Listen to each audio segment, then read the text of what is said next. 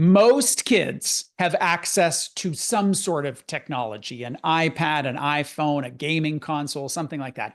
And very often that technology is connected to a credit card, which, for parents, I mean, this can lead to problems for the kid with chronic overspending or sometimes big surprise one-time charges. And a part of that, one of the things that happens if you don't have a kid in this world are these things called in-app purchases. So the kids gaming away, they're given this opportunity to buy something like a badge or points or something.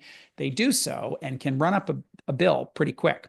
Lisa McKay is a psychologist. She is also, and relevant to this conversation, she's a mom of two kids. So she has personal experience navigating the in-app purchase question. She joins us today from Ballina, Australia. Hello there. Hi. Well, oh my gosh, you get a group of parents together, and I think all of us would have some stories about how this has unfolded in our homes. I have one friend whose son said yes to a lot of purchases, and within 24 hours rang up a bill of $750. You haven't had a number that is quite that high, but tell us about the experience you've had in your home on in-app purchases. Well, we were lucky. Our intro to me realizing that the kids could actually purchase without my approval only cost us $10. And then Nice. I very, very quickly figured out how to set up the parental controls. You basically need a master's degree to figure out how to put all these controls in place, right? Yeah. So we were lucky on the soft end, but in-app purchases have been one of the biggest points of contention in our household. I think I'm not alone in saying that screens, and for us particularly in-app purchase dynamics, have caused probably the single biggest conflict point inside our house.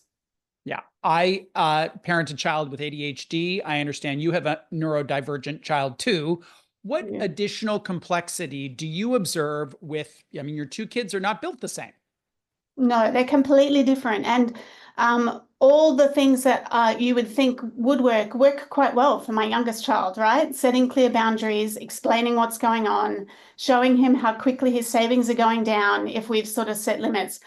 Now, they don't work for my eldest child with ADHD nearly as well. And that's because kids with ADHD have brain wiring that drives them to seek stimulation and pleasure more intensely than neurotypical kids. And their impulse control brakes don't work nearly as well. And so when you put those two things together, you get a kid who is, by definition, has a very low tolerance for boredom. They're keen to go after pleasure. They're quite impatient. They have a trouble sort of delaying gratification.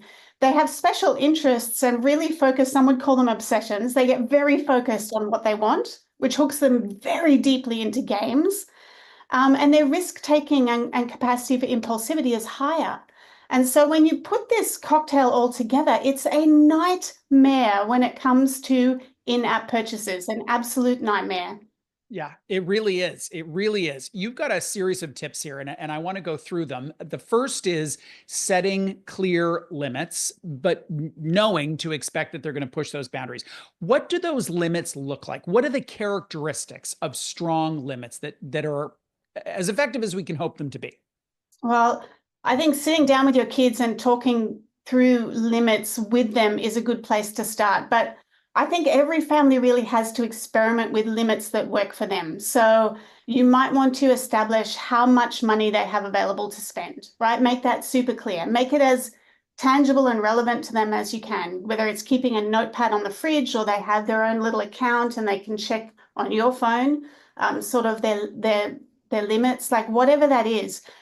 So sort of the limit of money, if you're going to even open this Pandora's box, I should say, if you're even going to go down this path, you want to have a limit on how much, maybe a limit on how fast, and maybe a limit on which games and, as much as possible. Look, I'm a big fan of the limits. It is really hard to hold them and it can lead to massive conflict. So you also have to, especially as parents of non-neurotypical kids, you're going to have to decide which ditch you're going to die in, right? How much conflict you're willing to and can have the capacity as a family to have over this. So I think limits are really very much a family thing that you have to come to, the individual limits that work for you. And the consistency of enforcing those limits and boundaries is Herculean sometimes, the task. Number two, this one was interesting to me. Express your wants, and how this comes out for you is, what do you want as a parent? Can you give me some examples of what you mean?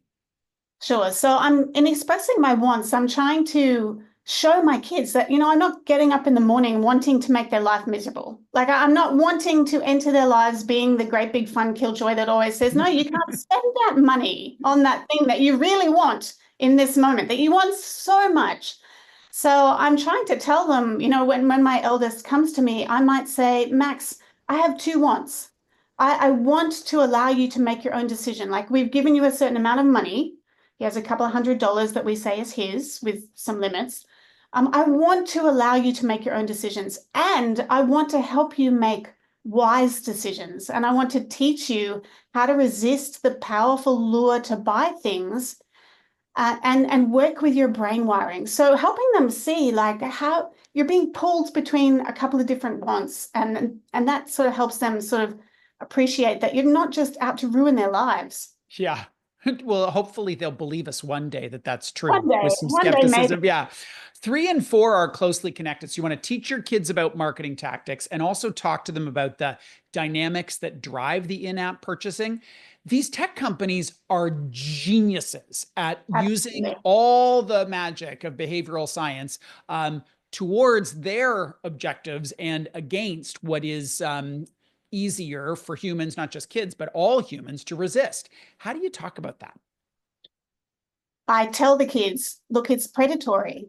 And I explain to them as best I can, like they are wanting you to keep your attention on the screen. And here are the marketing tactics that they're using. So I make a bit of a game to help them spot them. We talk about price anchoring. We might talk about charm pricing and the scarcity effect. I actually created a marketing primer for them and stuck it in the toilet so that Nice.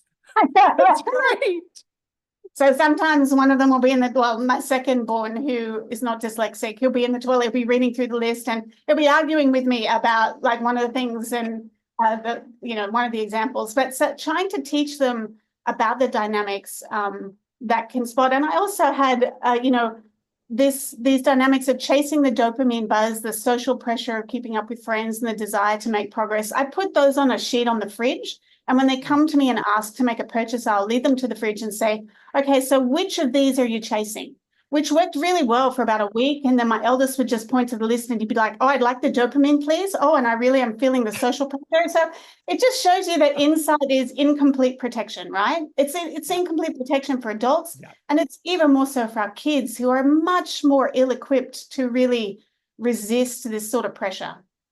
I do love number 6. Your tip number 6 is invite your child to problem solve when issues come up. Because isn't this what we're trying to do? We're trying to raise a human who can be a functioning adult out there in the world without having things posted in the bathroom and on the fridge. They just kind of live their lives. How do you create that opportunity for them to problem solve within those boundaries? So first of all, I would say try to open up this conversation before you've reached a level 8 or 9 on your own frustration meter. Because no one, including us, are well equipped to engage in collaborative problem solving when we're already really, really cross, right? So when you're really angry is not the time to try to engage in collaborative problem solving. It's time to take a break and come back to it when you're not heated, when you and they are not heated. But opening up that conversation and talking to them about what you've noticed and what you want, those two wants again, and what you want for them and what your aims are, and say, hey, what thoughts do you have about how we can manage this dynamic? Like, I see, you are loving this game and you want the freedom to spend money. I get that.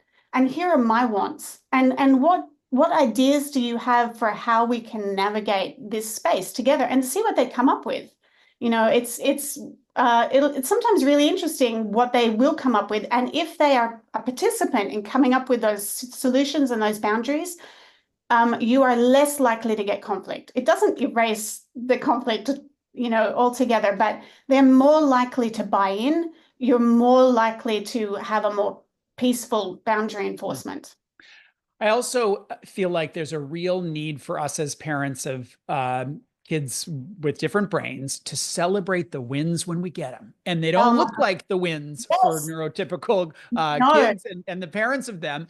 What are some examples of wins with your eldest that you're like, yes, it's getting through? Oh my goodness. So watching some of those, so one boundary we tried because he was on a roll, we gave them sort of capacity to spend their money in the beginning, and he picked up speed so fast and blew through almost $200 before I went, okay, the natural consequences thing is not going to work here. We need to experiment with external boundaries.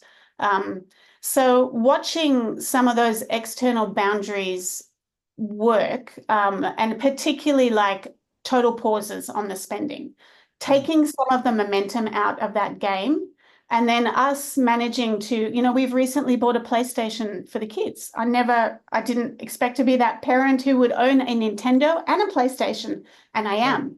And it's because they are safer gaming systems for the kids in this regard.